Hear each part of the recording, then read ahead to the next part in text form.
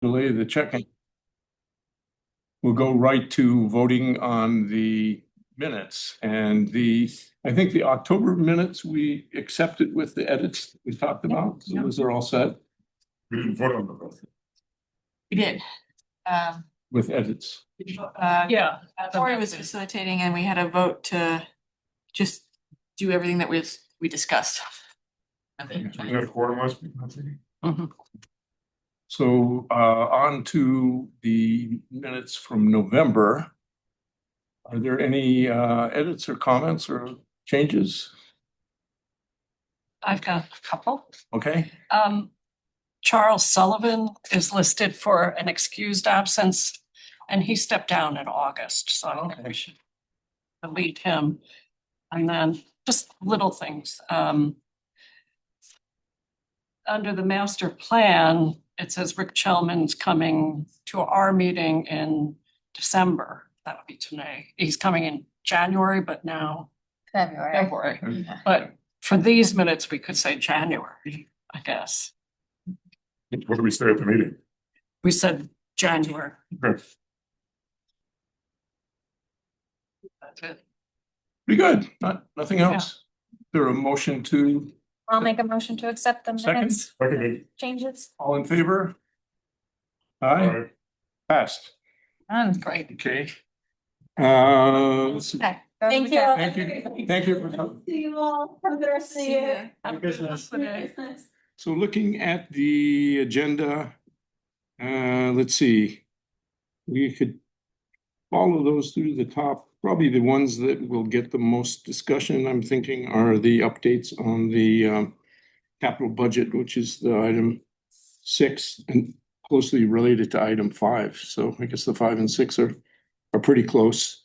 The master plan update, advisory committee update, and then I was thinking we would spend some time on Colleen's 2 pieces, but because she's not here, we can do that in January, which would give everyone a chance to give a good look at those.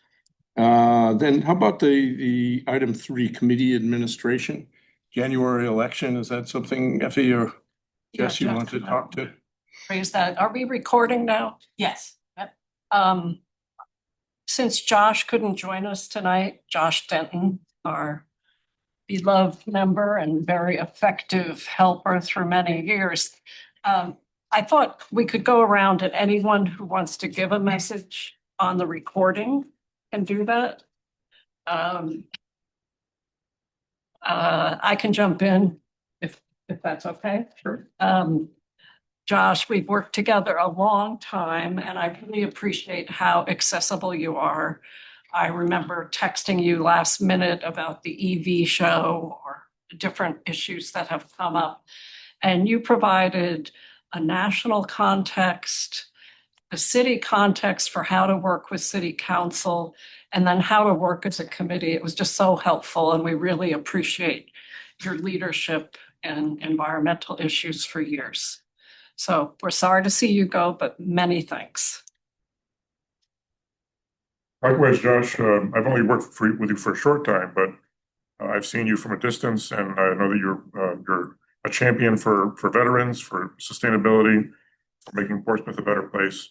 And you contributed immensely to all of those things. So thank you.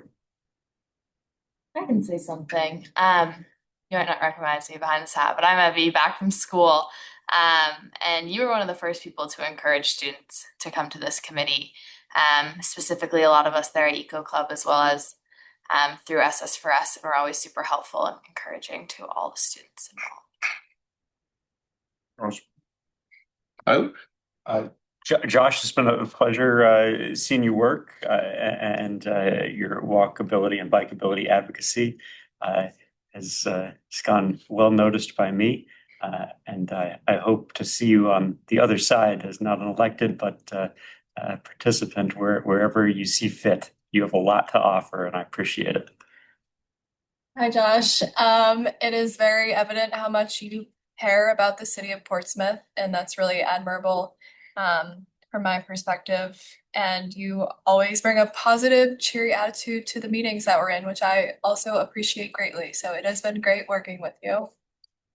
Hi, Josh, this is Bill. I'd like to thank you for your years on the city council, a lot of years, and leadership on the sustainability committee. And I think especially I'd like to thank you for the role that you played in the last city council meeting on the micro transit, now alternative transportation, public transit project, making the motion and leadership. And you get kudos for your alternative transportation advocacy. Also, many thanks for the focus you provided to this committee and understanding how the process works.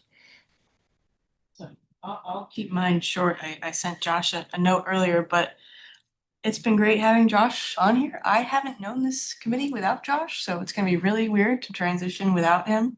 And it's gonna be a huge, huge loss to the city council and the community to not have him acting as one of our leaders, but I'm sure he'll still be a community leader in and around Portsmouth. So we're gonna miss you, but hopefully you can find some time to do some cool stuff when you're not at sustainability committee or at all the city council meetings. And you're always welcome back at this Yeah. committee as a ex officio emeritus friend, advocate, maybe future member, who knows? Yes. Josh, I would just echo a lot of what's been said. Yes, as Kate said, I don't know what it's gonna be like to be at this committee without you or to have you as an ally on the city council. And so your absence will definitely be noted. And beyond that, and your work for veterans, I've watched you embrace just everybody in this community, and I really respect and admire that you really feel like you're committed to the entirety of Portsmouth. And sort of on that note, I had made treats that we could send you off and celebrate, but you're not here to have one, so I'm gonna pass them around to everybody else. So the ingredients are on a little note card in the basket, so everybody knows what's in them. So help yourself. Josh, they're banana chocolate chip oatmeal cupcakes, just so you know what you're missing. We will enjoy them on your behalf. Bert, we're recording a message to Josh, who's not at the meeting, so you certainly should have, you want to catch your breath, something to say to Josh as he sunsets. You see on the screen No. or We're just recording it. this is a recording? Oh, wow. Has everybody gone? Yes, you're on. No pressure. No pressure to walk in. You're cleanup. Where am I talking to? Is that the camera? Yeah. it's Right behind your head. Oh, there. Right there. So, Josh.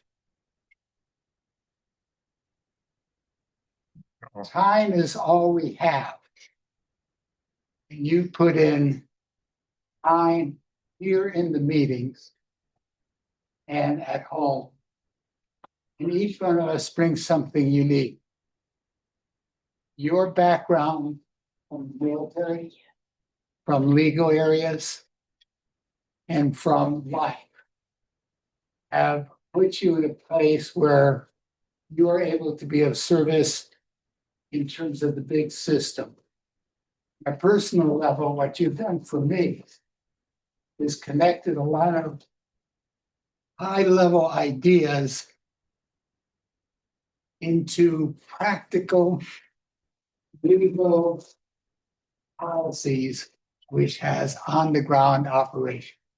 Other than that, seeing you around town and walking your dogs makes it a real connection. And I hope I run into you again and you will have a chat that might be longer than this extemporaneous putting me on the spot to talk to you now. And I'm going to tell you something that tonight, what you missed out on, just so you know, was there were baked goods, but you get one of the official Portsmouth,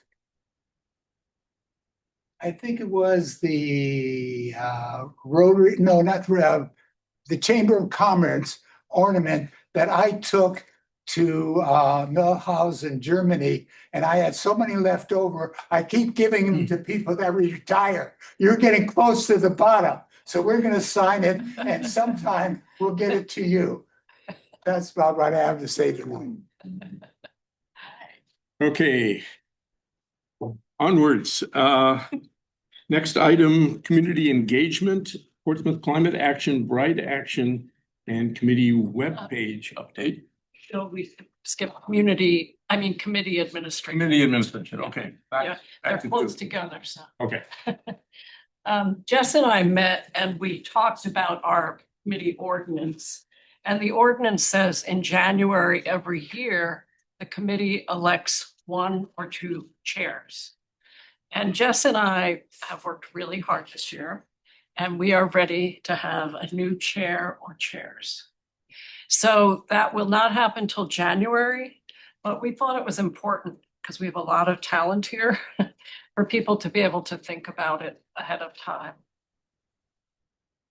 Jess, I don't know if you want to add anything, how much fun it's been. Yeah, no, I would just say personally, I am really grateful that you entrusted me with the role, especially transitioning from someone who had been a chair for so long. And I know that, as Effie said, there's lots of good talent in this room. So it feels like in your spirit, kind of changing who leads the way feels right and appropriate to have somebody else kind of play the role. So I didn't hear the first part of that because I was reading the ingredients of it, and I decided I'll go with the maple syrup. It's good enough. So, okay.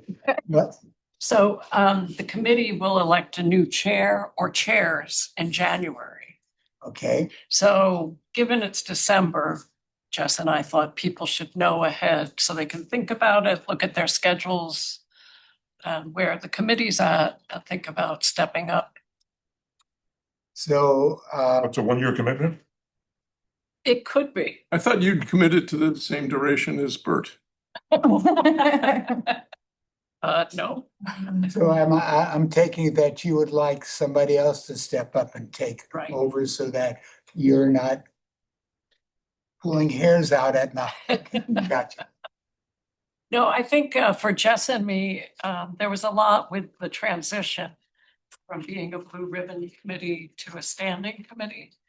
So I think the committee now has an ordinance and has a lot of things in place like those. Okay, I forget what we call them, the regulations or the expectations. Rules and procedures? Yes. Yeah. That. So I hope we're handing it off in good shape. So that's really more of an announcement, Bill, than anything, no action Okay. needed. But is there action required in January? Okay. Okay, on to item 4, community engagement with climate action. Let's see, Kurt, do you want to say anything about Portsmouth Climate Action? We've shifted to meeting once a month on the third Thursday of the month. Wednesday, third Wednesday of the month, unless there's something that we're planning or very active on, like a community conversation or helping Jess with the sustainability fair, then we can go back to meeting weekly or as often as possible. Mhm. Yeah.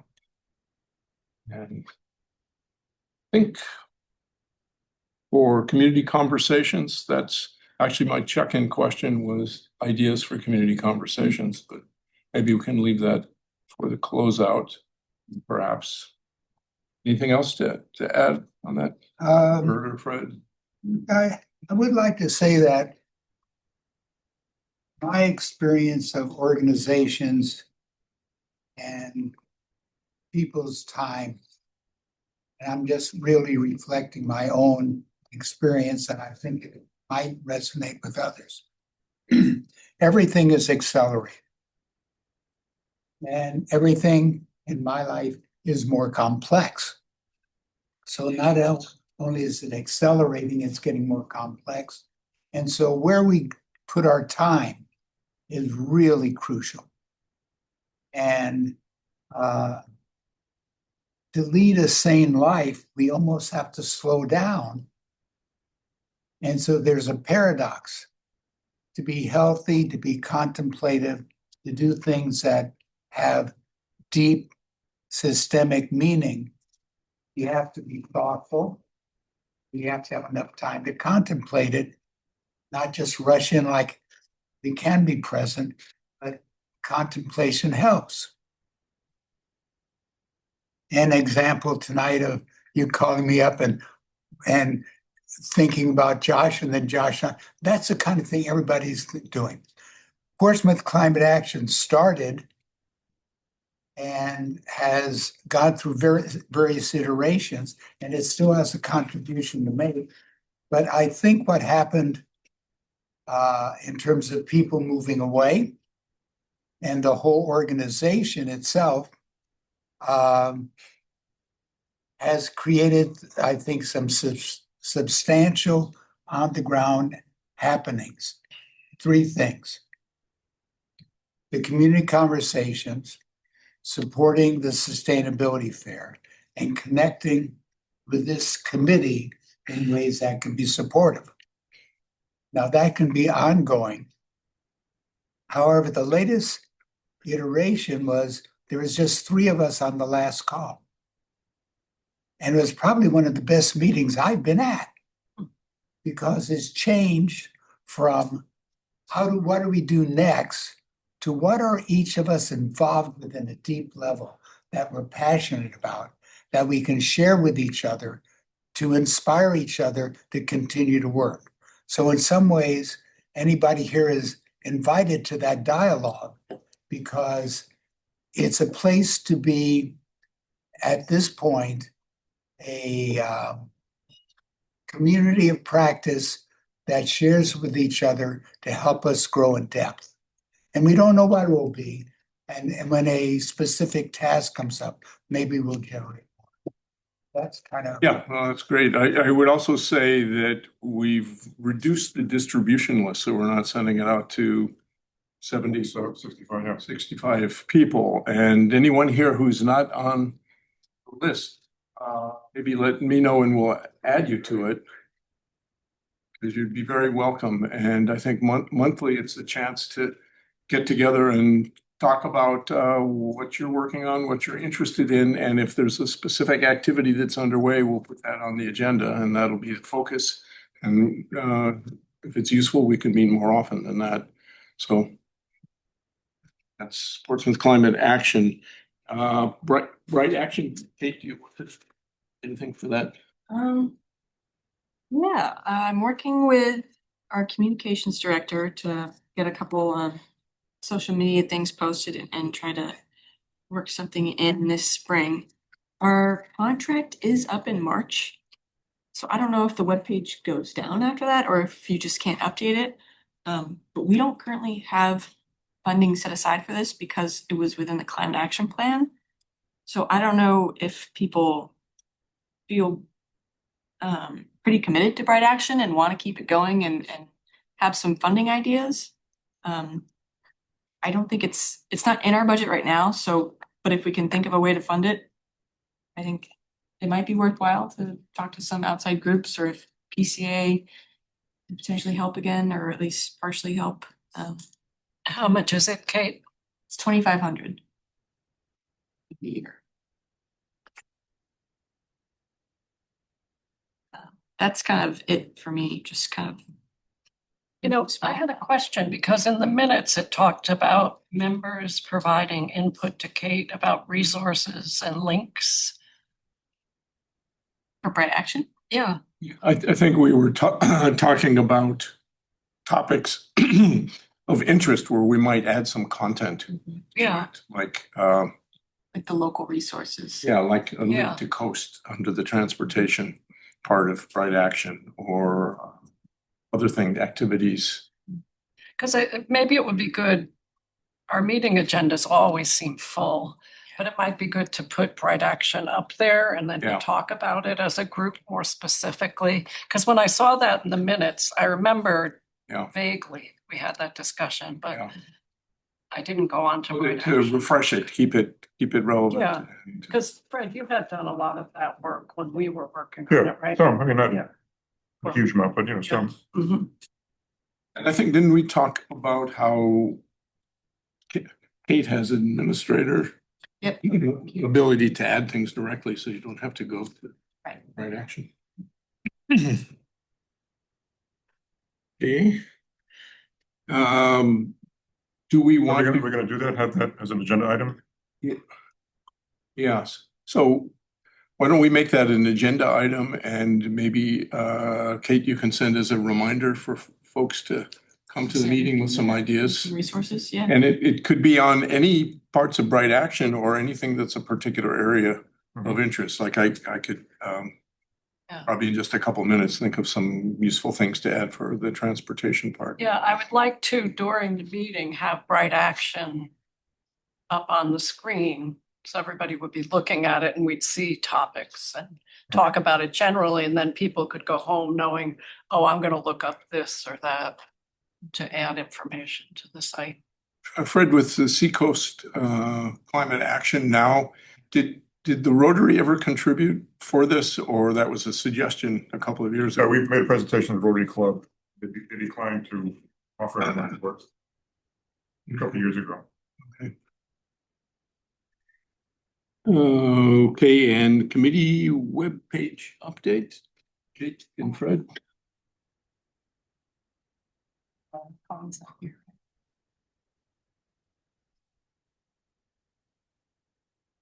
First off, I noticed that a lot of the other committees had a introductory paragraph, just kind of just give the basic nuts and bolts of what the committee is and what they do. How often they meet, things like how big the committee is. So I might be off on some of the numbers there, but that's what the purpose of the first paragraph is. And then I also have a hyperlink to the committee rules and procedures, just to, if anybody wants to know more about that. And reference to the previous meeting videos. So only the videos are posted down at right on the site. Is that correct? Sorry, what was that? Only the meeting videos are posted on the site. Is that correct? They're all the way at the bottom. Yeah. But only the videos, not the minutes. As of yesterday afternoon, all the minutes for 2025 are finally up there. Okay, so we could say previous meeting videos, minutes. Upcoming meetings are also there. Is that correct? Yeah, upcoming, and I don't know if past meetings show up. I don't think they do. Okay. But that's where all the minutes are listed in the past meeting calendar pages. Okay. And then any comments on the first paragraph? My only comment is you forgot the school board member as part of Okay. that committee. City councilor. Okay. And is Kristen, who's usually attending voluntarily, but she's not in. Does she usually attend? She's on, yeah, I think she just, yeah, like you said, I think she just voluntarily. Yeah. She's, but she doesn't have. Member role. I had a couple edits for the first paragraph, just the second sentence, instead of the director and administrator. There's only one vote for staff. So I think just staff liaison from the planning and sustainability department works. Okay. And then for I like that you called out November because we never have it on the Thursday in November. I would just say sometimes due to scheduling conflicts or holidays. Okay. Because I think December. Christmas. It's Christmas. Yeah, Right. December this year and December next year doesn't work either for the fourth. Okay, so first thing was what'd you say, regarding the sustainability, Oh. Liaison. staff liaison, Staff liaison from the planning and sustainability. staff liaison, school board member. Counselor.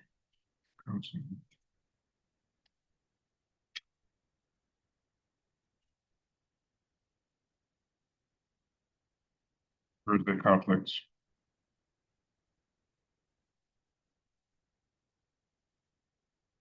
So this version that we're reviewing now is live, No, not yet. it's just a document. Sorry, I'll pull it back up. And the second paragraph, it's pretty much taken from existing documents about what our purpose is. Maybe a little bit abbreviated from the previous version of the webpage.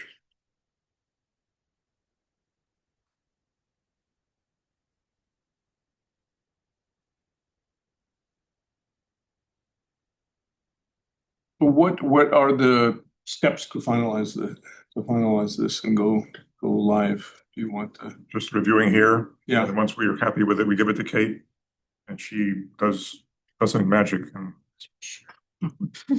will show up on the website. Do we want to do that tonight, or do we want to take another final look at it and finalize it in January? However we feel about it. If we feel it's ready to go, we can do it tonight. If you think it needs more work. I mean, I'll make edits based on these comments and send it back around. If it needs major work, then wait till January, but it's Okay.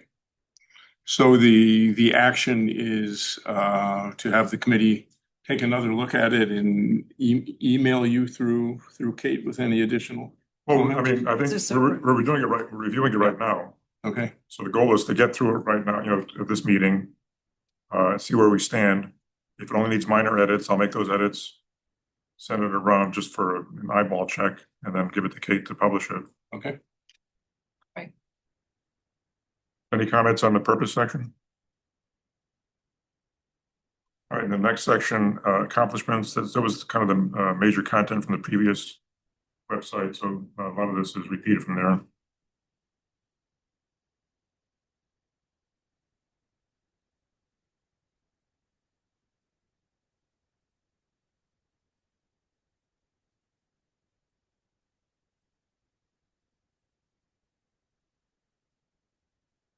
Added some links, like a hyperlink to the Portsmouth Climate Future document. So will you have hyperlinks to the Climate Action Sabre and Seacoast Can you? But that'll be later on in the, you'll see, it'll show up later on. Okay, good. And also the sidebar will still be there with all the links that are there already.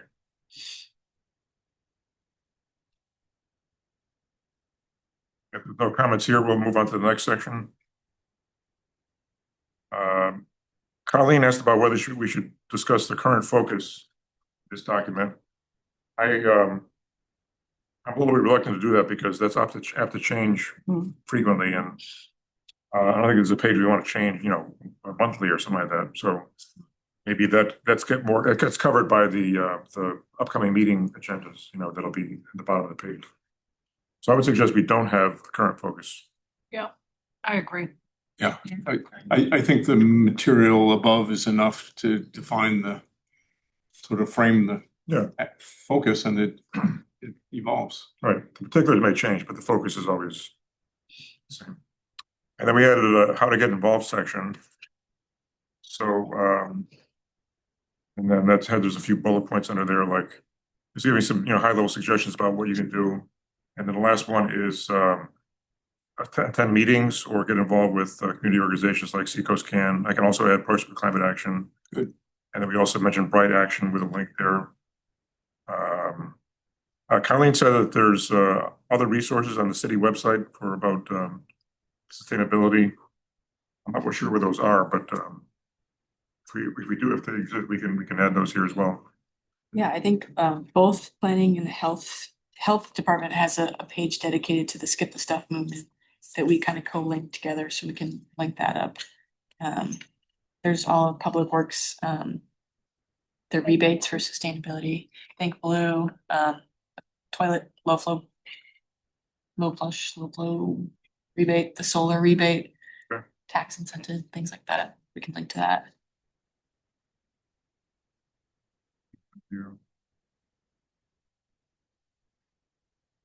It looks like Word wants you to add a lot of hyphens. Yeah, I think those are suggestions. Well, you want to vote on them? Well, I'll leave that to the city webmaster to. Okay, good. This is more a little bit of wordsmithing, but maybe just like, the last one I like, I'm glad that it's up there, but maybe just saying all are welcome to attend, just so they kind of, it doesn't feel like it's a process or anything. You can just come and show up, and when it says attending sustainability committee meetings or something, just. Maybe afterwards we could put all are welcome. Yeah. Yeah. It's trying to be parallel with. Yeah, I understand they're all actions, but just something to say Yeah. like, you don't need to sign up, or it's not a, process. You can just come. And that goes for the committee as well as the community organizations. Yeah, so Yeah. just maybe making it clear somehow that. What do you think about putting that first? Yeah. All are welcome. Teenager perspective, I don't know if I'd make it to the The last one, yeah. ELDR.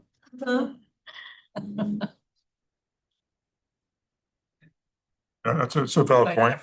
I agree with that in the fact that when I read the opening sentence, I was anticipating like an invitation to come to sustainability committee, so I had to look to find where. You mean putting the whole section first, right? Is that what you- Putting the attending sustainability. As the first Okay, bullet. okay. All right, okay, I get you. Yeah. Make that the first bullet.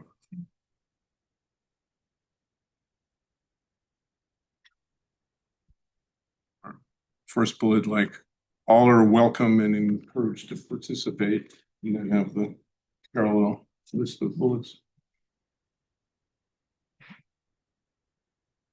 There's another thing, you mentioned, Jess, something kind of Project Blue or something? Think Blue is one of the DPW Okay.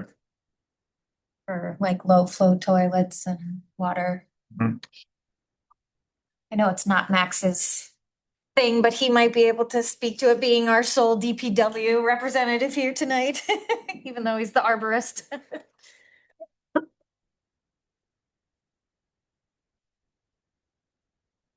I think that's it. Yeah, great. Okay, thanks for your work on that, and Colleen too, Kate implementing. I would do my best. Do you need to make a motion Yeah. that Fred, you'll make the suggested edits and pass and have the committee review one more time, and if no major concerns, then Kate can post it? Do you think it needs a vote? Think it has to be voted on? It's not really a policy change. It's Yeah, just- I know. It's usually actions that the committee decides to take or Yeah. voted on. Might as well. Motion to accept draft and for Fred to make final changes. So discussion, I don't know that it needs to come back to the committee. I don't necessarily think think so it's good, either. Yeah, I'm Good. fine with. So does that fit your motion, Bill? Yeah, Okay, to finalize and implement. great. Motion to finalize and implement. Seconded. All in favor? I'm recusing myself. You can't, You we can't, need you to yeah. vote. Yeah. Okay, it passes unanimously. That's right. You We have don't. mind? If we move one item up in the agenda, just because we got Max here, and I think he wants to speak on our follow-up on the trees request from. Okay, yes. So we'll, Wait, can I, just before we leave community engagement, just to make it clear, Sustainability Fair is April 10th, 2026. It's a Friday. It's from 4:30 to 7. I've already sent out emails to all the previous exhibitors and vendors and people who have expressed interest in participating in the past. I've gotten some responses of yes already, with Vanessa from Coast asking about bringing a bus potentially, so Wow. trying to work on logistics about where we might be able to put that and how that would work. And Jess, what is the time again? 4:30 to 7, just like last year. Okay. Just so it's on the record. And a lot more will come in the new year. But including opportunities for this committee and Portsmouth Climate Action to help. yes, yeah, Great. I just wanted to at least get a date on the books and get the word out, so. Just a note, that the Portsmouth Smart Growth disbanded this past year. And they had some assets and they chose that they would give some money for the future iterations of the sustainability fair. So Portsmouth, Seacoast Climate Action Now is holding that money. So it might enable Jess to do things that she hasn't been able to do in the past. So it's trying to recognize that Portsmouth Smart Growth saw fit to use their remaining assets to help with that project. A fine organization that Sunset. Yeah. Effie was a significant board member. Yeah. Yeah. Back in the day. Okay.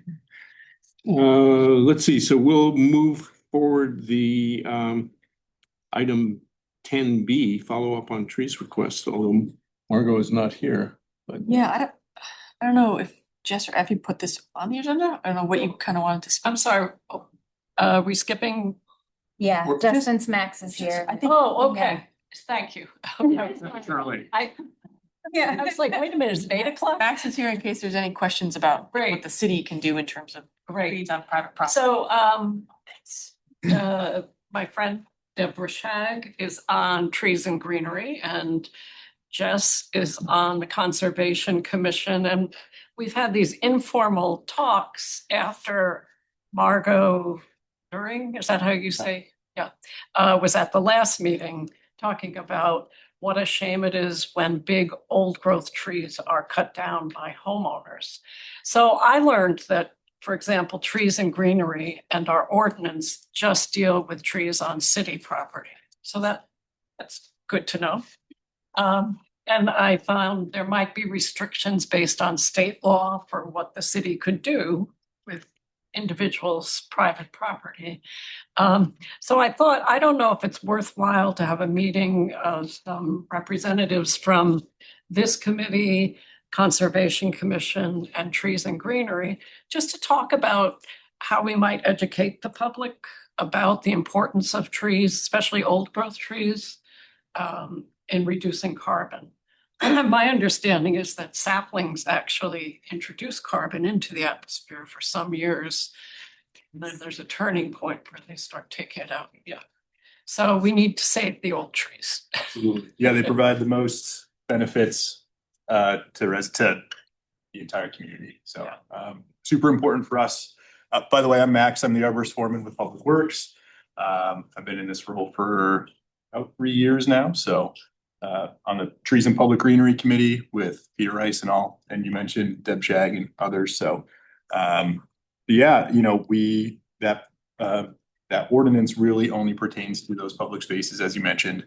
And as far as, you know, what I provide to residents, if they were to ask, it's really about connecting with them about, hey, why trees are super important, connecting them with arborists, private arborists that, you know, I recognize as, you know, that provide that service, as opposed to arborists or companies who just want to remove for, you know, for whatever reason, that those that want to preserve or have preservation, tree preservation in mind.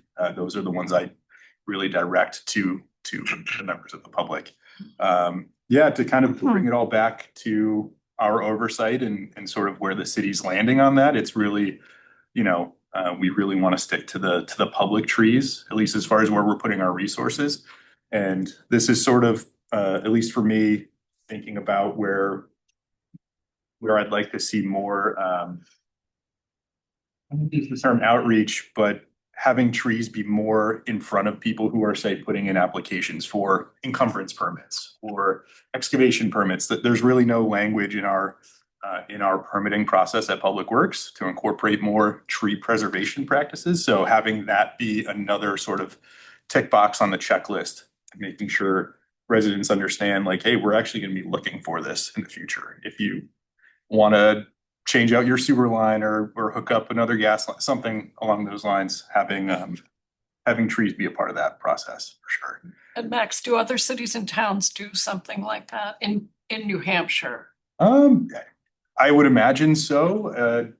I think if they have like a public tree ordinance and a tree committee or a tree warden, if that exists, they would likely have those resources to then, you know, incorporate that with their permitting process. I can't speak to it, but I can only imagine that's the case. Yeah. So you mentioned private arborists. Yeah. Does your department have a kind of an approved list or recommended list of?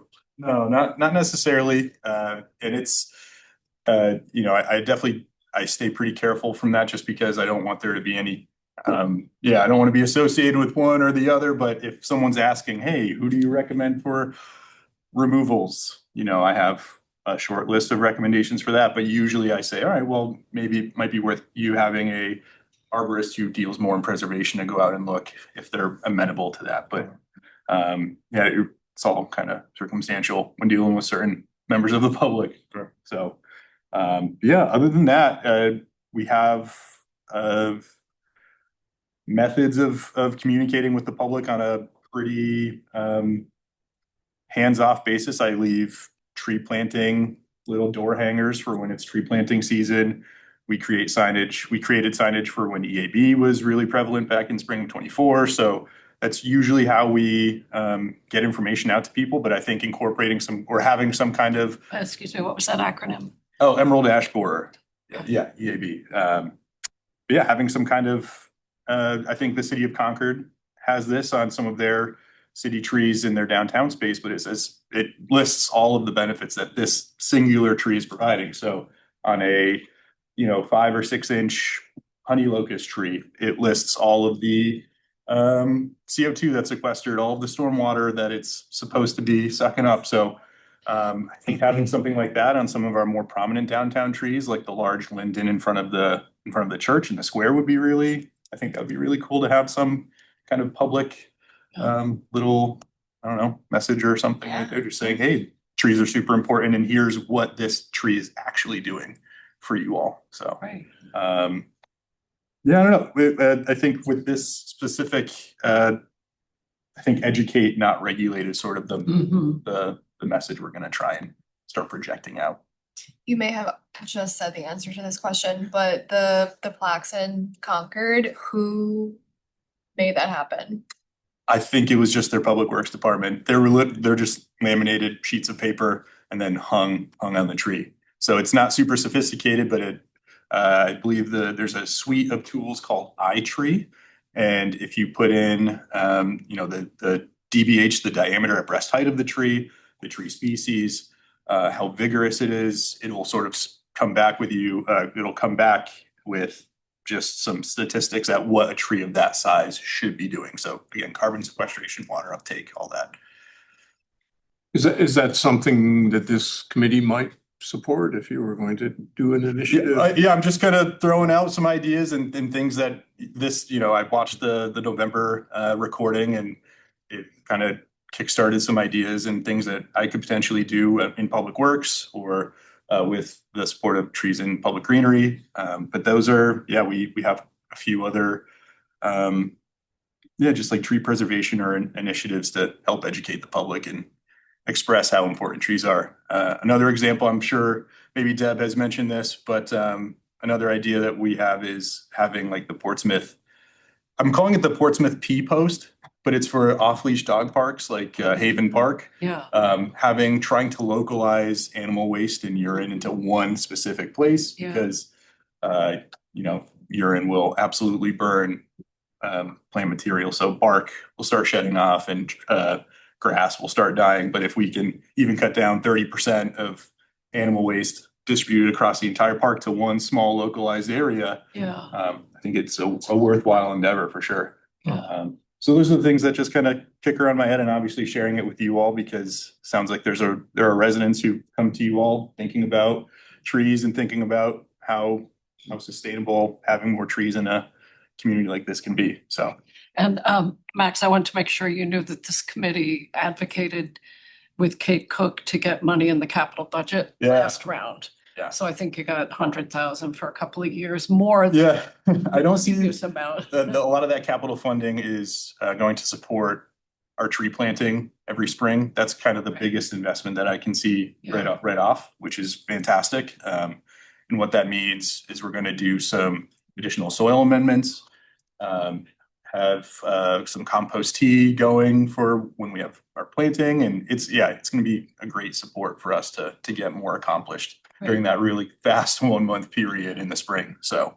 And if you haven't been to the sustainability fair, or maybe you don't recognize Max, but Max parks outside the sustainability fair and hands out saplings. Saplings, to the visitors. So it's really great getting trees out to people in the community. It's fun. Tree planting season is my favorite time for sure. Yeah. And that's certainly part of it, just handing out saplings to residents or whomever. So it's great. So do you think we could set up a subcommittee with Trees and Greenery and Conservation Commission, or what do you see as the next steps from your? I don't know. The subcommittee sounds, I think maybe just starting with the dialogue with members of every committee and seeing if we can come together on something. I don't know how that all works, but that sounds pretty neat. It seems like that fits with the Colleen's table, and that if someone was really interested in following up on that and being the liaison with Max and the Trees and Greenery Committee to maybe come up with some ideas on collaboration. Yeah. That anything anyone would be interested in, because I think we'll be filling out Colleen's table with people flagging things they'd like to work on. I mean, Well, I feel like I would yeah, work on that. and I sit on Concom and this, and come the new year, I talk to Max regularly, so, yeah. So let's maybe we'll just note that in the notes as an opportunity that we should pursue.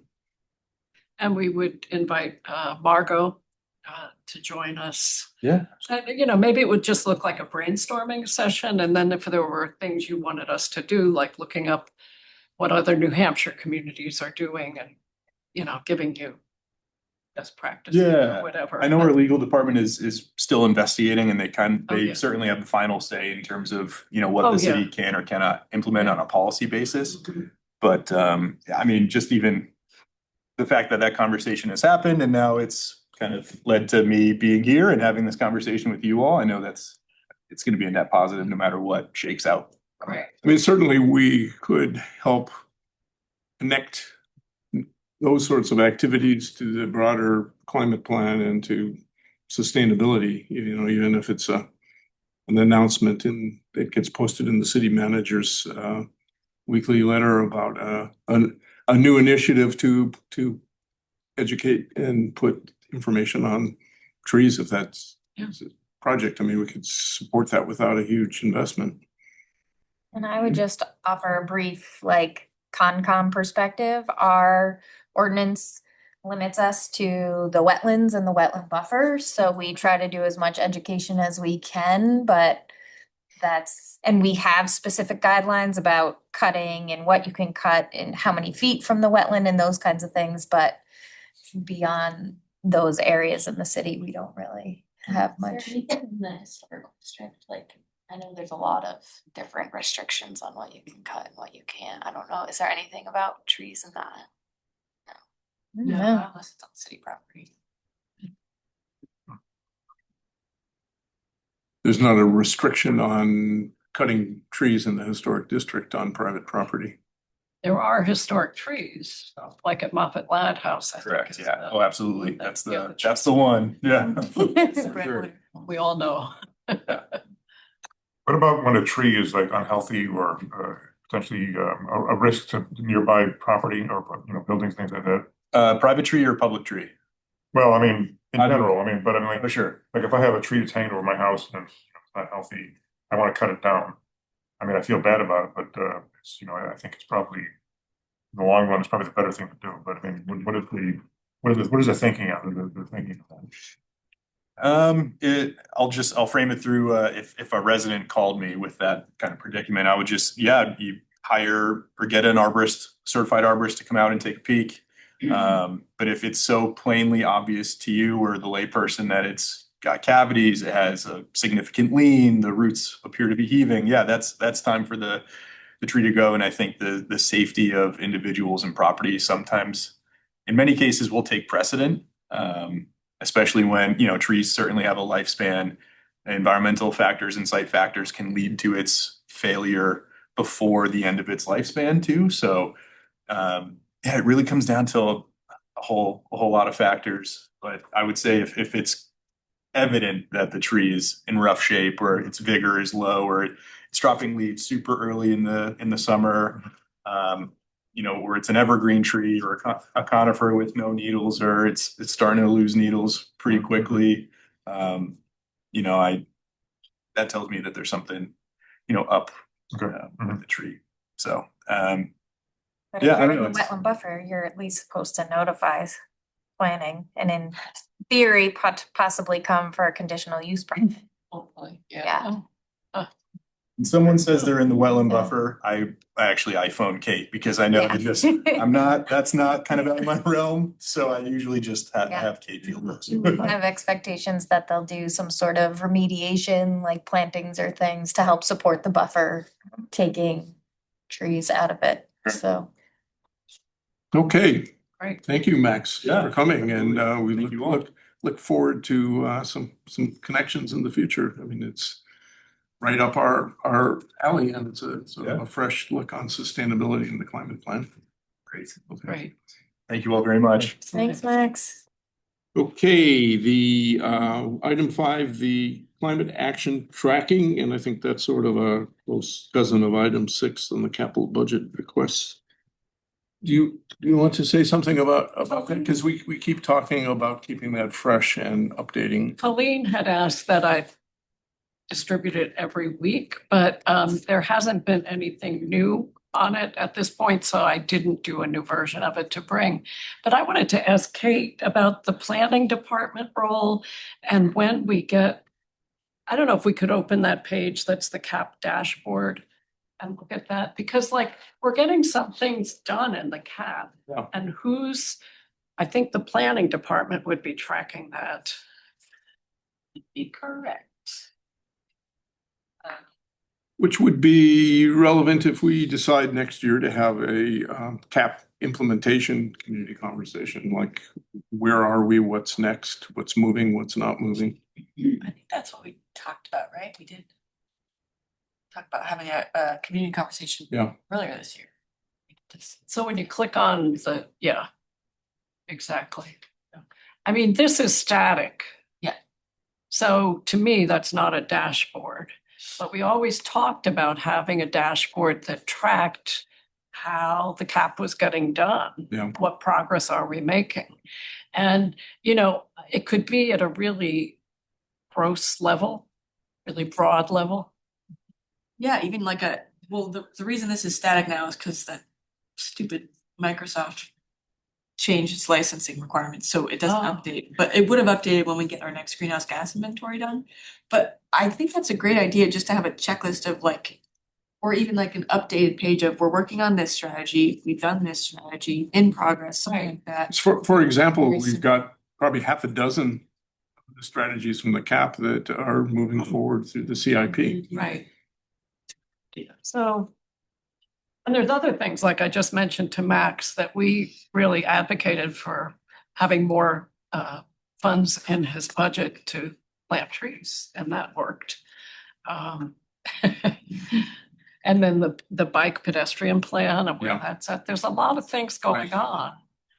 And Right. then Counselor Bagley mentioned having the VIA company come into EDC and present about Right, on on-demand microtransit. transit. Microtransit, yeah. Yeah, And I think we'll talk about that next, the CIP and the 4 proposals. Yeah. That we had and how those ended up, but the one that ended up no longer microtransit, but is public transit or alternative transit covers So- three or 4 different actions. so Kate, I don't know, if you and Peter could put your heads together and come up with some proposals for how to track that, or do you want the committee to look at that and work on that for maybe not next month, but for February, or how should we proceed with that? Because I'd really love to have something that I could point people to and say, this is what we're doing. We're actually getting things done. If it's as simple as like a paragraph on this page at the top that says, in 2025, this strategy is finished, this strategy is funded, this strategy is upcoming. Just the Be ones that are. like a table or a graphic even that cross-references the numbers in the Yeah. CAP. So I don't know, I mean, in the CAP, I have a paper copy, I hate to say, but You take that with you everywhere, right? I do.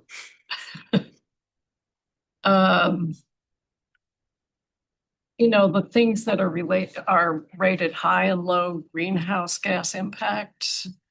I don't know. I don't really agree with all their assessments, so I No. hate to use them.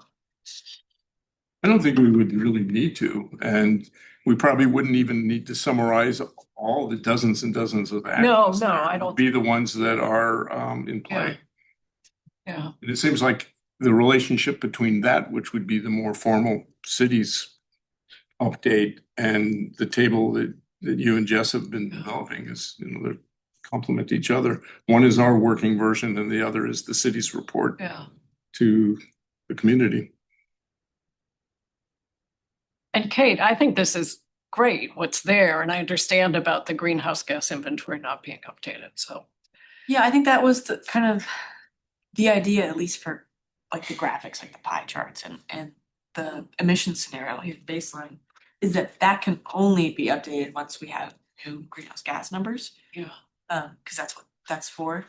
But yeah, you're right, there was no kind of visualization plan for what strategies have been ticked off and what are in progress, what's upcoming. How about a simple statistic like, Bill said there's dozens of items in the climate action plan. We have a statistic out of say, maybe, 30 or 40, whatever the number is. We've taken action or begun to take action on, 5 of them or something. There's work underway on 12 of them. Yeah. And here's the 12, and maybe just a statement of what's happened. Like this one is on the CIP. It's like 84 or something, isn't I it? think we whittled it down to 52. Oh, It started okay. as like 84. That's what I remember. It's crazy. But one of the roles this committee plays is recommending how to prioritize those, to move forward on them. As a kind of a real thermometer or, kind of a pulse. Yeah. Oh, that's a good idea. I think if there's the city's version, which is the table, the committee's version, which is the table that you've got, and that we update working version, and the city's formal status report, those would be very nice to get in place before a community climate conversation as a point of reference, so people would have that focus rather than needing to pick up the whole cap. Well, other projects I've worked on, they have like a number of actions. Let's say there's 40 in here and they'd be rated not begun, Green light, yellow. progress made, complete or something. Sometimes green, yellow, red, but I can't see doing that for all the actions in here. But it would be great to have something graphic. Yeah. Yeah. And that's just the core aspect of implementation of I'm the trying cap. to remember when we looked at other climate action plans, what kind of tracking other cities and towns did. Like we're looking at Concord Mass a lot, Yeah. and they've had like 3 sustainability directors come and go, but And Cambridge too, right? We really liked Cambridge. yeah, right, Yeah. yeah. Was Orange County, California? I remember Milwaukee, that was Milwaukee, Oregon. I think so, in Albany, California, Albany. which was further north. Yes. There was a whole county also. Oh, yeah. Orange County? Was it Yeah, Right. yeah. So That's, that's, the planning phase, there's nothing much of a dashboard kind of aspect to a plan, but, so maybe there wasn't about, a prominent part of those caps. yeah, There's something that comes later. yeah. But some of the ones we looked at were a year or 2 out, like Concord, Mass. Okay, And they had a website along with it, and some had dashboards, and we looked at them and said, those aren't really dashboards, Would that be a good action item for the next meeting? Anybody want to volunteer to, I can put that together. and yeah, get that it- you've already Types have the inventory and you know right off the top of your heads which ones See, there's look promising. Cambridge. Yeah, Yeah, they just it have looks like ours. yeah, Yeah, right, I it's was just- just to say, yeah. mission graph. I don't see anything about their strategies though. And I know Southern Maine just did theirs the same time as us, so maybe they have like Kittery and York and Biddeford Pool have updates too, so we can check them out. Yeah, so Well, Kate, do you want to look look at around, that yeah. and maybe just have that as an agenda item next Yeah, time? I'll draft Just to options. look at those ahead, and maybe if you want to, if you've got something before the meeting and want to send it out, we could look at that as well and see what we like that would be practical to get going. It really seems like something like that, and the committee focusing on keeping the table current and a later community conversation are a really important focus for the next year. Yeah. Okay, great. Now, anything else on the action tracking? That's good, really good discussion for for that with good momentum. Then the sixth item, the capital budget requests from the committee. We had four, and I had the pleasure of having attended four CIP meetings over the last 2 months. So, and the last one was probably about 3 hours long, and there was a lot of discussion on the, I don't want to call it the microtransit because it's been renamed to be public transportation feasibility study. And I would even like to take Kate Cook's emphasis and maybe call it alternative transportation. But since Josh isn't here, we can't really ask him about the process of doing that. But at last month's meeting, the city council asked for the sustainability committee to provide recommendations for that particular project. And these are the recommendations that we provided. And I think city council members, I don't know how much they reviewed that, but Josh and Kate Cook covered it pretty well. There was quite a bit of discussion, and I just reviewed it tonight before coming into the meeting. But I think on that table, one thing I would want to note, just really quickly, renaming it, Study of Opportunities to Expand Use of Public Transit. And I think Councilor Moreau pointed out that that had always been the emphasis, and that microtransit in the CAP was only one action. And I think that PCAG and Portsmouth Climate Action had always wanted to broaden that, but I think the consultant never changed that for microtransit. But the discussion from staff of that CIP project is a broad one and really corresponds to that. So I think people understood that. There was a little bit of confusion about whether they could change the title or not, but they ended up agreeing to do that. Then I think that item number 4, focus on additional Portsmouth priorities by exploring a broad range of potential co-benefits and beneficiaries of expanded and innovative public transit. I think one of the issues that got the most discussion at the city council meeting was really that probably half of the council members supported this and really picked up on finding alternative ways to shift people out of personal fossil fuel burning cars into alternative types of transportation, and recognizing, and I covered this in my public comments, that there are 6 Portsmouth priorities that would be supported by that, but probably half of the city council members, or maybe 2 or 3 out of the 9, were really focused on parking. And they wanted to talk about the relationship between this project and the demand for parking and a third garage. And I think there was a kind of a getting stuck, and I don't know how much they picked up on the let's see, the 6 things. I mean, the 6 top priorities: 1, support the CAP; 2, affordable housing is a top priority. And once you add transportation to the cost of housing, it's 50% for a lot of households. And that improving and expanding public transit is a affordable housing strategy along with the CAP strategy. And I think they didn't really pick up on that, at least the ones that were focused on parking. Portsmouth employers are challenged to find workers, particularly low wage workers. That's a strategy that expanded public transit would support.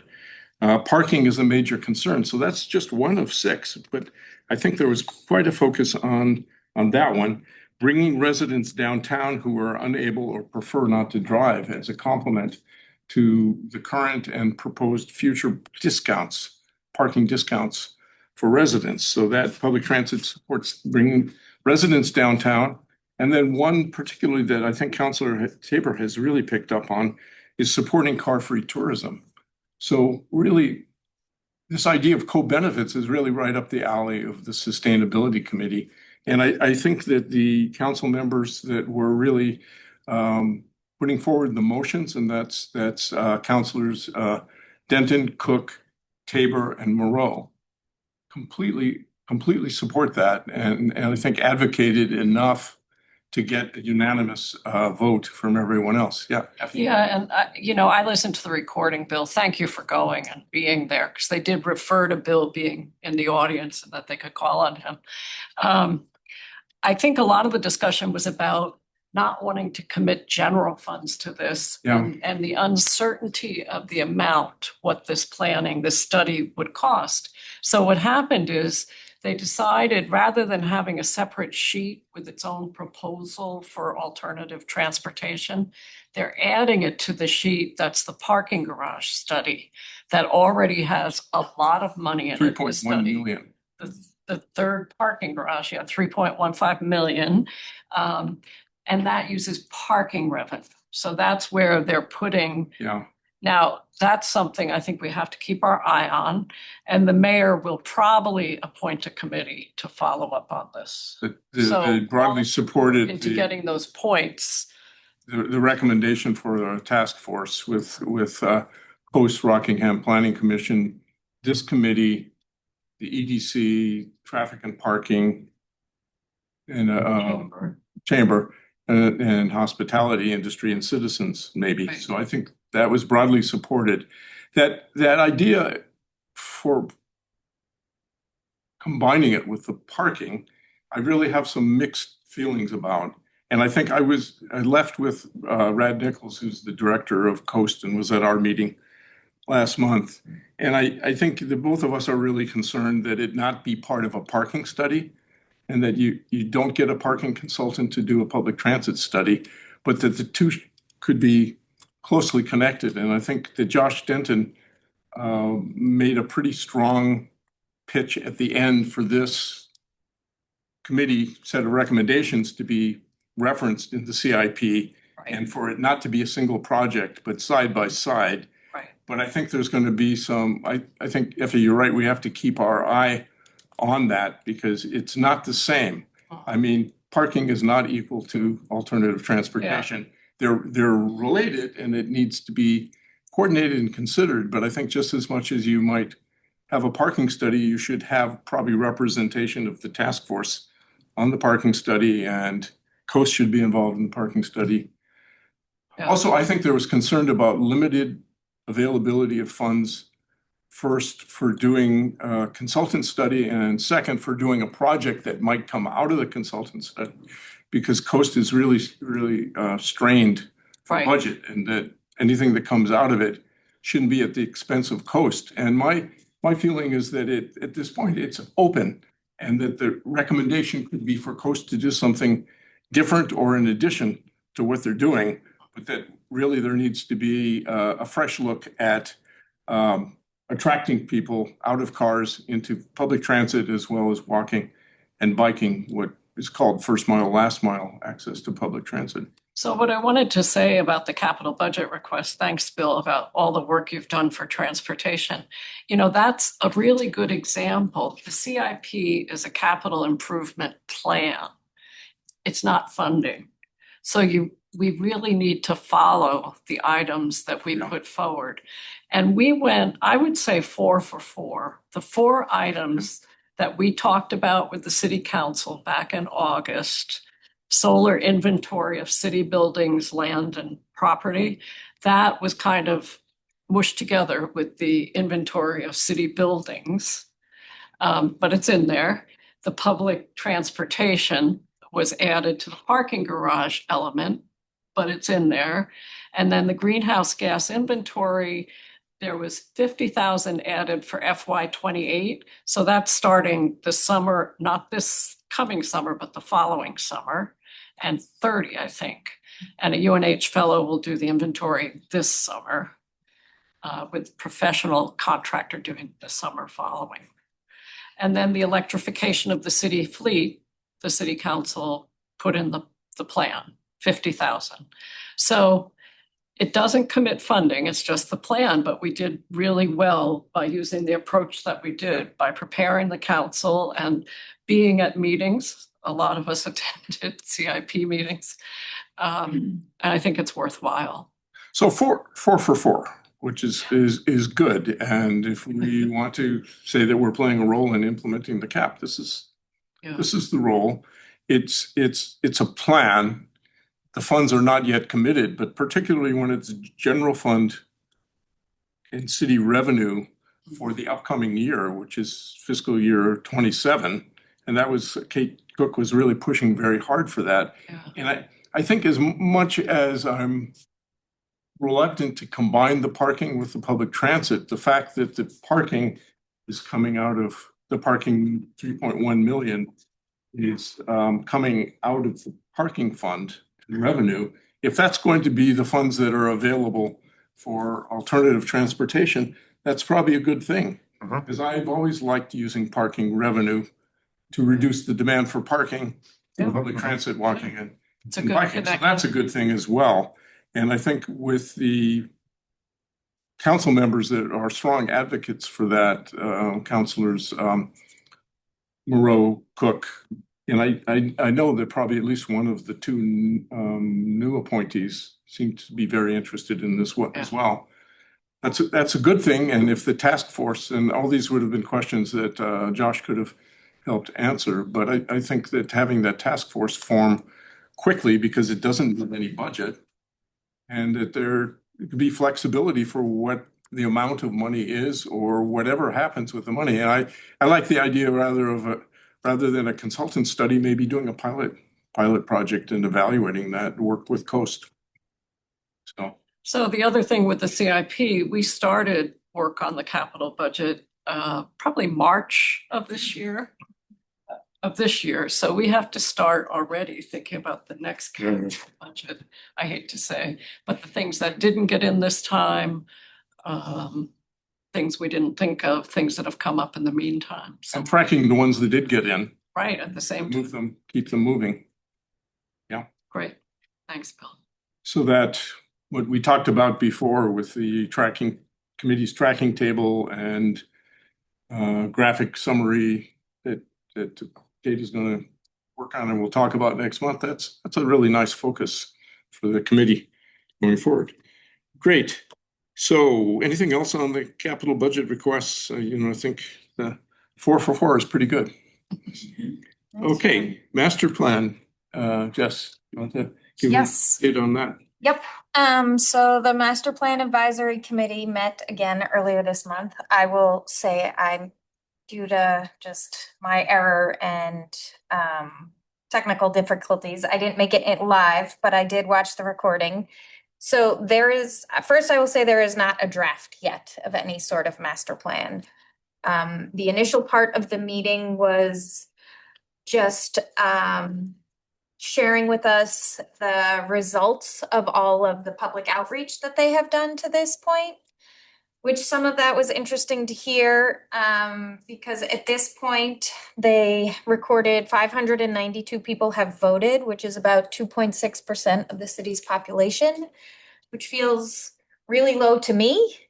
But from the consultant's point of view, that was actually pretty good engagement compared to what they've had with other cities. Some of the broad consensus themes that came out across the board were that people are definitely, they want to see housing more accessible. They want to preserve the natural resources. They want to protect the city's character. They recognize there are needs for neighborhood centers outside of the downtown, and we need to kind of focus on those areas more, which might tie into transportation's piece. The residential tax burden is too high.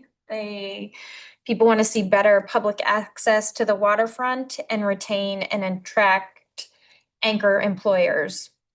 And so just in case people aren't aware, they've been gathering all this information in multiple ways. They've had this Polis study that you could do where they would just put up a statement and then you could decide how much you agreed or disagreed with that statement. I think they have over like 300 statements there because people could add some too as well to get people to vote on.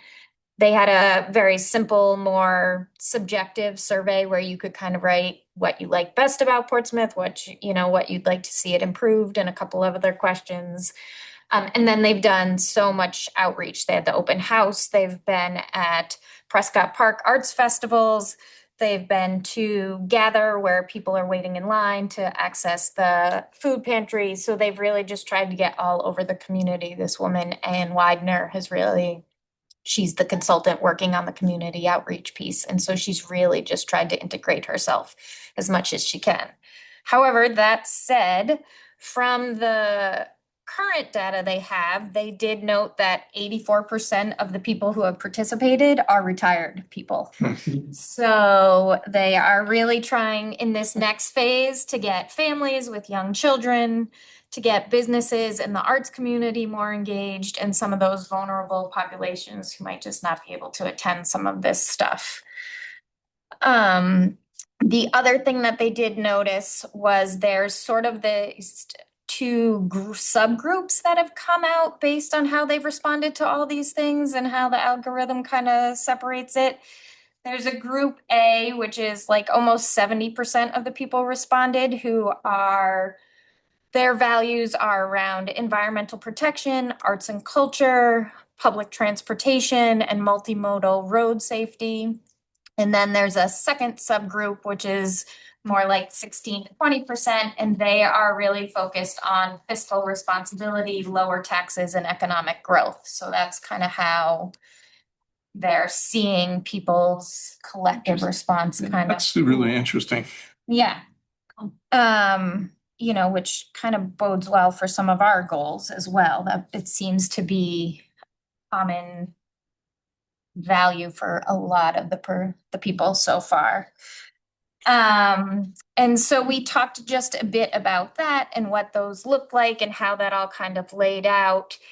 And then what happened next was that they really started to talk about what their next phase is, and they presented us with what they are kind of calling just like the framework that they will use to build the plan.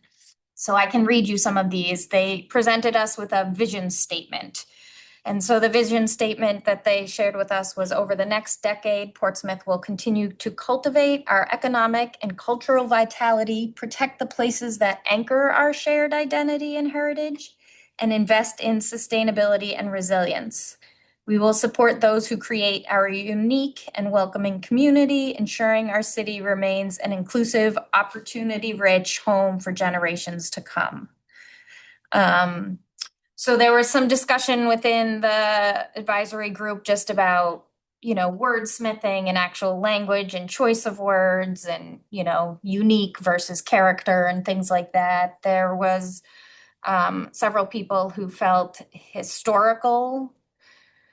I just like our historical bill. I don't remember how they said it, but like kind of making sure that was in the vision statement, retaining our historical features or elements they thought should be part of the visioning statement. Then they went on to talk about the 5 goals, which are part of our original master plan, but how they're defined is they've kind of felt has changed based on all this feedback they're getting from the community so far. So the first one was vibrancy, our rich variety of businesses, activities, and neighborhoods. Authenticity, our unique identity and our ability to express ourselves. Diversity, the full range of ages, incomes, and identities of Portsmouth community members and our welcoming nature. Connectivity, which they described as transportation options that work for everyone and bring our city together. And resiliency, the capacity of our residents' built and natural environment to adapt to a changing climate. So those were vibrancy, authenticity, diversity, connectivity, and resiliency. And Jess, you said those are from the current plan, right? So those core values are something that are, or maybe not exactly, but they are kind of already in what we have as a master plan. But like I said, the way they're defining them has changed a bit in this new plan. Or this new framework is maybe a better way to say it. And then there was one other section that's core values. Hold on a second. Goals they talked about a little bit. Which maybe I didn't. I thought I took a screenshot of that one too to share that with you. But that was a little more fluid in the fact that there was a lot more discussion on this piece. Some people in the advisory group thought that we needed to be thought of as more of a hub for the region and that we needed to talk about our goals and how we participate beyond just Portsmouth, even though this plan will really only be relevant, it can really only impact Portsmouth. So the goals were to protect our core identity, to cultivate our economy, to collaborate and create diverse housing, and invest in quality of life. And so sort of broad, there were some, things they said underneath about each of those about, so invest in quality of life, improve the everyday lives of residents and visitors, and fulfill the community's desire for a sustainable future by investing in and connecting them to Portsmouth's environmental and cultural amenities. And so there was a lot of discussion about that again, and wordsmithing, and if where they were kind of sending things felt like it resonated for the community. I will say just within the advisory group, there definitely feels like there's some diverse opinions about where priorities are and how different individuals see the community and where we're going or what our priorities should be. How would you characterize the group between the A and B categories? I can't say, not everybody always comments, so some of it's hard, but I would say our group might be a little closer to a 60-40 kind of split from the, just from the perception that I get in the comments. Yeah, but I don't hold me to that. That's just based on singular comments and specific things. And again, not everybody always comments. Jess, you said that there's no draft yet. Right. Are they targeting, have a target date for when the first draft will be available? So they hope to have a draft to the public by early April. Their next phase of engagement is that they want to bring all of those pieces that I just shared with you, the vision statements, the core values, and the goals to the community and get some feedback about if the community feels like they're heading in the right direction or not, and how, as a community, we would want to see those things change.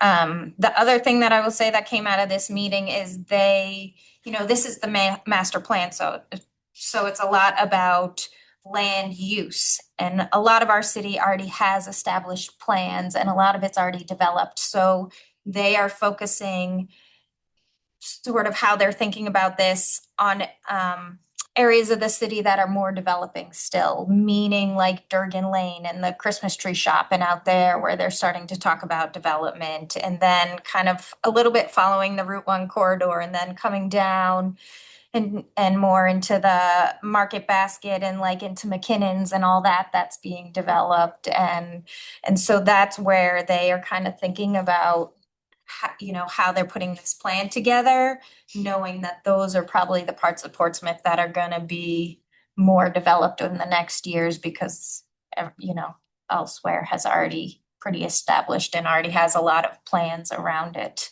Sure. That Did you hear him talking about energy or greenhouse nothing like gas that. or No, anything? nothing like that. Because I yeah. haven't heard that, and when I hear them say sustainability, I think it's usually in terms of adaptation and resilience they're talking. Yeah, so they Maybe speaking even more broadly than that, just like sort of subjective. Yes. Resilient community, which is very broad. Yep, and the consultants acknowledge that, they said this is not specific strategies or anything like that. This is just sort of their very foundational framework. Right, but they mentioned something like housing, Yeah, for but example. yeah, That's but pretty they don't. clear, where they could have said something about energy infrastructure, for example. Yeah, no, they're not using those. Hopefully they yeah. make strong reference to Portsmouth's other current important plans like the CAP or the city Portsmouth Listens housing dialogue. I know that's come up as sort of flagging, like you need to be referencing and strengthening and implementing those through the master plan.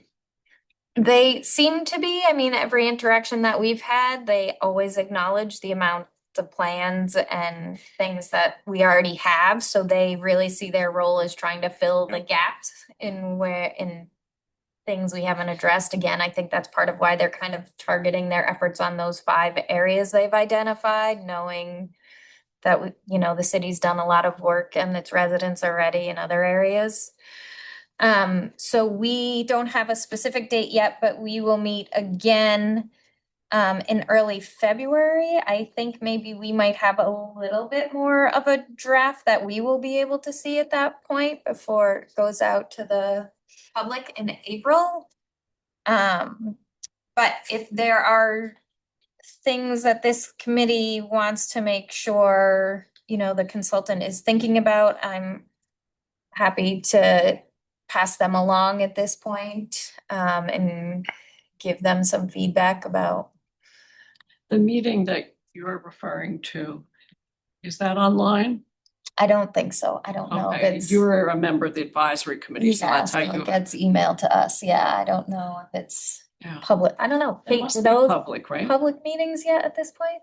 I'm not involved in master plan, so I have no Yeah, idea. and So if we wanted to have that as an agenda topic for a meeting for this committee in the next few months, what would be the best timing for that? Should it be after these sort of building blocks get circulated so we could? yeah, maybe, So- depending. Next. Or well, meet, should it be next month? Because we're meeting with the planning board chair in February. February. Yeah, that might not be a bad idea too, if we kind of sit down and think about what we want to make sure are. February. No, in January, because Rick Chalman will be here in February. And he's it's planning board and planning and sustainability department. So if we did it in January, in a month, what is the most current material that we could review before that, so we? I can, Discussion. in a more organized fashion, I could sort of consolidate all of those pieces that I just read off to you and get Will into. they have Kate. any drafts of things like the vision statement or other pieces? That's what this was. Yeah, It was their first draft. but that won't be circulated in written form. I will, no, I think what they will do is, I don't know what, like I said, I think maybe in February, they're gonna start to. Yeah, they didn't give time frame. They said their second phase of engagement is to start to push out all those pieces to the public next. But if we did it in January, even off of your excellent summary that you just gave, that would probably be good timing, because then you could reflect that earlier rather than waiting for these things to be in draft form. So Yep. is everyone okay if we include that as a priority topic for the next meeting? Yes. We have homework to do in the meantime. Is that what you're thinking, Bill, to Yeah. the material and come up with some? Well, I guess anything that Jess would like I- to send is just a summary. I mean, this is Yeah. a great summary, really. Thank you. I can, like I said, I can just consolidate it into one document, the vision statement, the core values and the goals and all their definitions they gave us, and then I Yeah. can get it to Kate and she can get it Great. to all of you. Right, because we have a number of people missing tonight, so, great, thanks. Yeah. Okay, let's see. Kate move- Bird's got something. Yeah, Bert. It's really a question. I haven't looked at that many master plans or vision statements. Is it helpful, or is already assumed that there's a window of opportunity which requires some urgency? Because people have been writing master plans for the last umpteen years. And is it part of our responsibility, if we feel it, to talk about urgency and window of opportunity as we're thinking about these things? Or am I already assuming that everybody writing this plan understands that there's urgency and this isn't business as usual. And we're not talking about I don't think, I mean, I don't want to speak for the consultants, but that I don't think that urgency is necessarily. It doesn't come across in any of their materials. Certainly, that's an example. Let's say if we wanted to have 10 summary points coming out of this committee for just to convey to the consultant and the advisory committee, the urgency could be one of those, and that would be a way of tying in the climate plan. Because what's urgent? I mean, what's urgent is the climate plan. If it's a kind of a standard master plan land use focus, then there's probably not as much urgency. But for this committee, its message may be that the master plan needs to convey urgency. Isn't sustainability one of the focal areas of the master plan? I mean, there's like just. It, 4 or 5 focal areas. resiliency is one of the, yeah, where were those? The resiliency is a core value, which they talk about the capacity of our residents' built and natural environment to adapt to a changing climate. Well, that's good. And there is something about sustainability written in the vision statement. The vision statement says, protect the places that anchor our shared identity and heritage and invest in sustainability and resiliency. What's really missing is the urgency of zero emissions greenhouse gas reduction, the adaptation resilience, and the community's more social community resilience is probably be pretty obvious if that was missing. I mean, I'm sure that's pretty standard stuff and critical to include. Yep. Okay, so we'll include that as a topic for the next meeting. Thank you for the great summary, Jess, and anything that you'd like to send ahead through Kate that can help us sort of pivot off of that for a good discussion where we can end up concluding with some summary messages from the committee. Put it together so that you can all chew on it for a little bit. Great. Okay. Fred, do you want to give an update on energy committee? Oh, yeah.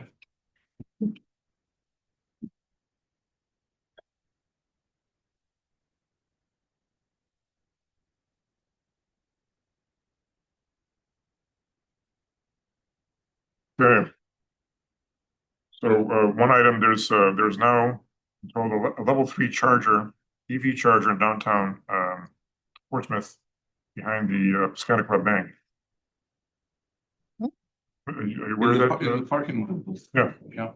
Although when I go there, I usually see, I don't know if it's the guard, someone's truck is usually parked right in front of it, but maybe because it wasn't set up yet. Have you used it?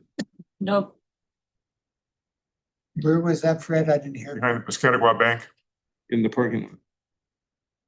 So a level 3 is like a supercharger. Good. Yeah. Yep. DC fast charging. And this is history now, but at the November meeting, we talked about, John Tabor talked about presenting a proposed ordinance at City Council on having the Energy Advisory Committee become permanent. I don't know if there's anybody. I think it's gone through. Okay, good. Yeah. And as Kate Cook likes to say, I mean, as the people on that committee are, top experts in their field. If the city had to pay for those people, wouldn't be able to afford it.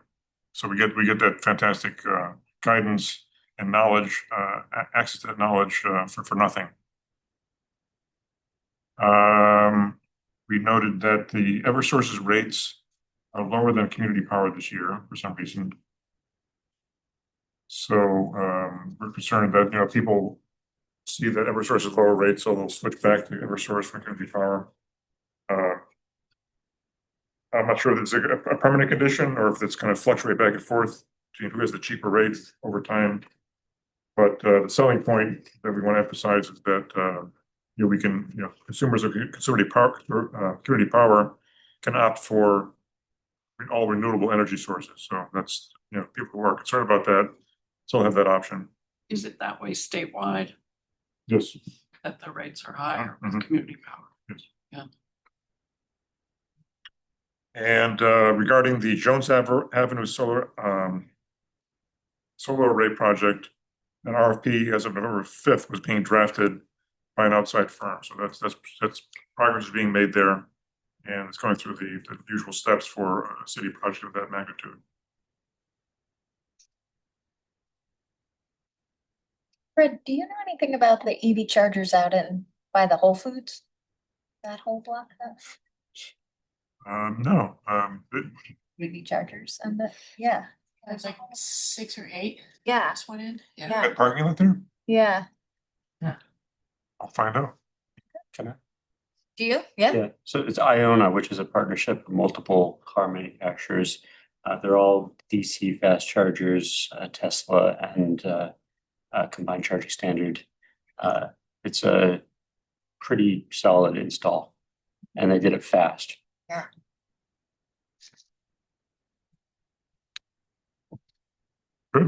Thank you. I missed the December meeting because I had a conflict. So I'll be prepared in January to report on the January meeting. Great. I think these are examples of the liaison table. I mean, Colleen's got 30 different things. Maybe we get 30 different liaisons like Jess and Fred. We'll have to have a separate meeting just for liaison report. Yeah. One other thing is I mentioned to them that we were talking to people about electric school buses. They're very interested in hearing about how that's developing. Obviously, we haven't done anything concrete yet, but maybe that's something that we could think about, taking some action on in 2026. I missed the presentation that we had on, I hope set it up, but I missed the presentation. That's recorded in the YouTube, so that might be something to provide to the energy committee if they were interested in at least watching that, and that sort of anchors our involvement in the topic. Well, I mean, I think they're looking to us to continue to move that forward. They didn't offer to, pick up the ball and run with it. They expect us to continue to dig into that, and maybe working with the city council 2026, making some kind of concrete action on moving that forward. That might be another CIP. I think the issue that came out of that, because we talked about it a couple of meetings after, the presenter,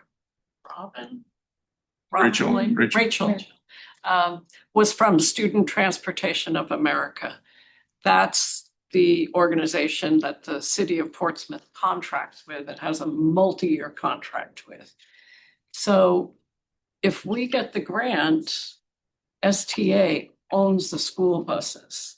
So that kind of left people wondering. I don't know if we need to follow up with Student Transportation of America, but that was a real sticking point. I think it's probably fairly nuanced, and I think probably talking to some of the other school districts in the state that have that arrangement, I think it's probably a practical arrangement, like you have them in name on our behalf. It's our grant. I mean, they couldn't, the private company couldn't have applied for a grant. The city and the school. I've seen things come up, and I don't know that the city's interested in applying for any of them because they feel the school department is separate and it's contracted. Yeah, but other municipalities have, the same situation, have done this, and, figured out a way to make it forward. So I'm sure we can do something that's, that's agreeable to all the parties. Yeah. I mean, they've worked out the details, and there's probably a good logic. Yeah, I mean. Yeah, good precedent, there's a lot of precedent about how to proceed. I think it was Ware School District that was most interesting, and I think Nancy called one of them. But yeah, that would be right near the top of the list. I'm sure Rachel could explain how that played out as well, if there's concern. It was hard to get it all in one presentation. We're not gonna get a grant and just give you the buses, but we're gonna work out a contract that's fair to you and in our interests. Yeah. Sure. Okay, moving along, we've got 15 minutes left to go. I don't see that there's other items to cover other than next month's agenda items. Am I missing anything? Well, the content topics and presentations for future meetings, that might be a follow-up presentation about electric school buses.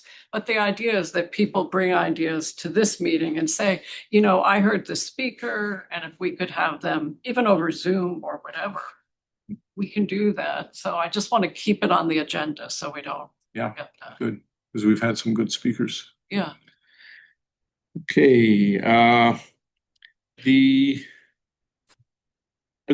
is there a cycle of appointing new members? Because we've got vacancies. I'm sorry, are we on other business now? Yeah, other Okay, business. because Colleen left something for me to distribute. Okay. There's a grant at the Peter Paul Business School at UNH. I'm sorry, it's a little awkward. There's 3 pages. We'll have to share. And Colleen I think she saw the proposal and then I sent it to her because it seemed right up her alley. The idea being that the business school has students who are going to need capstone projects for the spring. And we have to apply by December 31st. And Colleen wrote together, it's a very short application. You have to write the project description and the project scope. So she put something together and it's broad enough so that I don't think anybody would disagree with it. It's just if someone thought we should be doing something different or thought it was not appropriate for us to apply. But I think it's worth applying and I encouraged Colleen to pursue this because it follows along. It's about marketing and we included Bright Action as part of it, how to get the community involved. It's one of our roles in the ordinance to educate the community about their part in climate change. So she did apply or? No, it's the proposing to. deadline's December 31st. And as a matter of fact, she said she might not be the best person to apply because she's such a new member to the committee. So that was a question she had for the committee. I don't think UNH is going to care about that, but Yeah. So it's for an intern or? it's a student doing their capstone project. So they would come and probably meet with this committee, meet with the planning department, talk to different people involved. And it would be for free, like they would be paid. And there would be one student. It's my understanding, yeah. Seems like a great idea. And what is the committee's commitment in mentoring or any otherwise? The description didn't talk about that. It's not like an internship. It's I a, can share a little. This is pretty good. familiar. Yeah. But I mean, I'm not at UNH or anything, but Yeah. it's like your senior capstone project is typically like the last class that you take in regards to whatever, almost like your PhD dissertation, but on a much smaller level. Kind of where it's up to you, you kind of pick your way, but I'm assuming what this application is for students who don't have a direct idea of what they want to do with their thing. So they give a lot of students the opportunity to pick something that maybe is already kind of formulated for them. So if they get this little paragraph of what we need help with, it would just, all they would need is to learn a little bit about who we are and what the sustainability committee is doing. Theoretically, they're 4 years into their undergrad and assuming a business type major, so they would know more about marketing than unless anyone here is someone who knows This marketing. would be through the last term. Yeah. At UNH, so it's not like a There's- winter, January It project. would be their spring semester, Yeah. which their spring semester starts in January, so. So if Colleen was interested in it and put in enough effort to get the student, and this probably would be a promising opportunity, it could kind of evolve according to the student's interests and our interests. yeah, and as they well. could even look over the liaison, the relationship building sheet that Colleen did. Yeah. Make recommendations about that. Yeah. Yeah, sounds like a great idea. Sounds like a good idea. What would be the action if it's due the 31st to say, Colleen, we're really excited about it, go for it? Yeah, Yeah. I think so. And then she did want the committee to decide whether she would be appropriate to apply. And I think it's okay, but I don't have much experience with this. I don't see why not. Yeah. I think just in the city perspective, I'm sorry, Kate. just because it's a little funky since this is a committee, but it's a city committee. So I'm not sure if we need to vet any potential interns or students, so I would have to run it by legal and HR before we officially let Colleen or anybody else in the committee submit or accept. So and I don't know, it's kind of a quick turnaround, but I can we send could you, take a vote tonight, but I would still have to, I can send you the link for the application. yeah, I think that would be. It would just really be something as simple as having the UNH student work with this committee. Yeah, I think that's probably fine. Yeah, for a student project. We've never had that for a committee. It's not an intern. Yeah, Oh, yeah, I would just have to double check. So if you do that, can you then connect back with Colleen? Because the time is, Yeah, if we vote Tight. tonight to allow Colleen to submit on our behalf, Yeah. then I can mhm. just tell her. should we have a motion that the committee supports Colleen applying? Let me just explore a little bit of what you're thinking. I think it's good to think of. Is there anything that we would be doing that she would represent our committee in a way that wouldn't be good for her or for us? Because I've had lots of interns and different students. I think that your experience is basically once the person has their background. I don't think there would be anything that I could think of. I just wanted to not pass that by too quickly. We don't have to implement anything that they would create for us. It's more for them to get credit. I mean, on their end, they're just gonna look to get credit. Their payoff is they get. Doing something that might be valuable. credit. They're doing something that might be valuable to us, but on their end, hopefully they're super passionate about this and it's a great connection that we make, but they're just looking for And then we the would credit and to graduate. have the chance to review and give input to their product. Exactly. It's And you not- could change whatever. It's not, they're And when not. we got the product, we wouldn't have to do anything with it. No.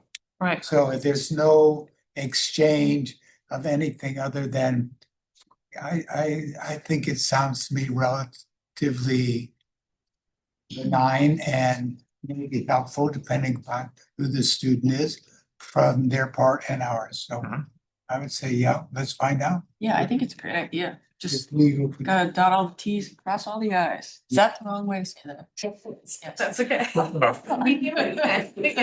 There's a motion on the floor. I'll second that motion. All in favor? Aye. Aye.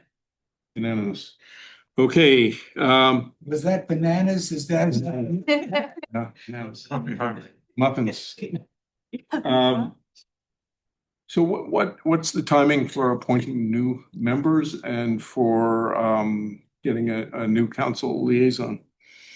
Oh, good question about the council. I know the mayor has to decide who is gonna be assigned to what committee. I don't know if he does that first meeting in the new year. I would think so. But I don't know if anyone is gonna request to be on this committee. Or I maybe they Would hope they all would. Yeah, you would think. Hmm. I don't know about that. I'll have to check, but I'm sure it'll be soon, cause we'll Okay. need someone. And new members? We got 3 openings. I know there's at least one active application that's in there.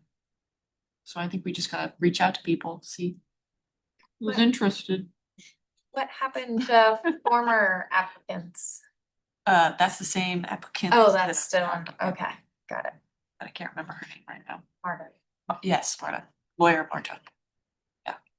Okay, and There's something in our bylaws about people, members of the committee, letting you know, Kate, if they weren't going to be here. And then we said if people for 3 meetings Yeah. did not do that. Would you have the data to come back? So as we're looking, what's the reality of the members who are here and of the people who are not here? If there's anybody who really is now inactive that we should attend. Be aware of that at this Good point. I haven't put that together yet. I think we'll probably go over who was excused and unexcused over the year, then we send it to the city clerk. We can it's usually the city clerk then sends the master list of everybody's attendance to the mayor. And the mayor makes the final decision on whether he wants to take any action on people that have excessive. Well, I'm not even talking about formal action, Oh, yeah. but if we knew, I don't know who's been saying for what. Yeah. But if we knew next week that most people have been sending in, but if they're not, then maybe we could personally just check with them and so we know that their intentions to be on or not. And I don't think we need to do anything formal, but I'm aware that there's several people's names who I think maybe are inactive. We should just then be clear, how many members do we really have? Do you wanna follow that up next month or?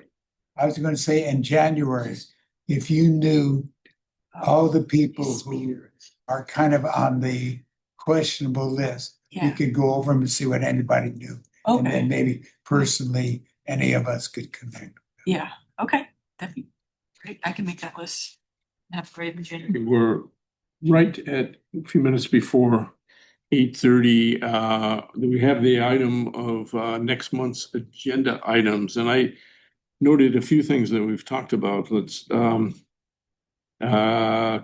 Kate on app examples of the caps with graphics or some kind of a dashboard on progress. Anything we need to do to finalize the webpage, which I think we pretty much took care of now. The couple of items that Colleen had on the table of liaisons and her communication protocol seems like something we should put on for that. I think by then, the final vote will have happened on the CIP, because I think they covered things so quickly that it's hard to tell exactly what form it takes in the next CIP. Is the final vote on that next month, or is it not till April, maybe? No, it was adopted. It was adopted, but the actual written final version, like I'm very interested in seeing how. Posted on the website. Yeah, I'm very interested in seeing how that one that's the parking plus the alternative public transit one is written out, so hopefully it's not blended into a single thing. So update on the CIP. And the item of committee input to Jess for the master plan are the ones I can think of that would be. Did you say Bright Action Right. and Yeah. doing more? Right action, putting it up and Yeah. and suggesting That I was additions. Yeah. Distracted signing it. So that gives you a running start on an agenda. Anything else to cover? I mean, we want to say facilitator and speaker from this meeting. Oh, you want me? Okay, Who's up? well, Leanne, would you like to facilitate? Sure. It's easy. Minutes, I have no idea. I can do minutes. I don't think I've done minutes in a while, so I take that. Okay. Anything else? We can have a checkout. We didn't have a check. All right. Let's adjourn first, don't we? Adjourn. All in favor of adjourning? All right. Unanimous. Okay. So just your takeaway.